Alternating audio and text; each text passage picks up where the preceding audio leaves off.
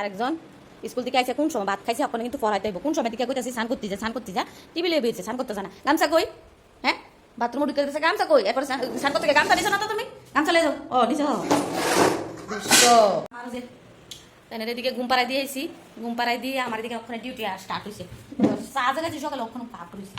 তো ওখানে এই সব কিছু সারুন স্নান করুন ঘর মুছুন তারপরে গিয়া কাপড়টা বড় ধুই দিব কাপড়টা ধুয়ে টুয়ে সেটা ঘরটা মুছছা তারপর আমি রেস্টের আগে রেস্ট নাই সব কিছু করে থাকি সব কিছু করে থাকি কারণ আমি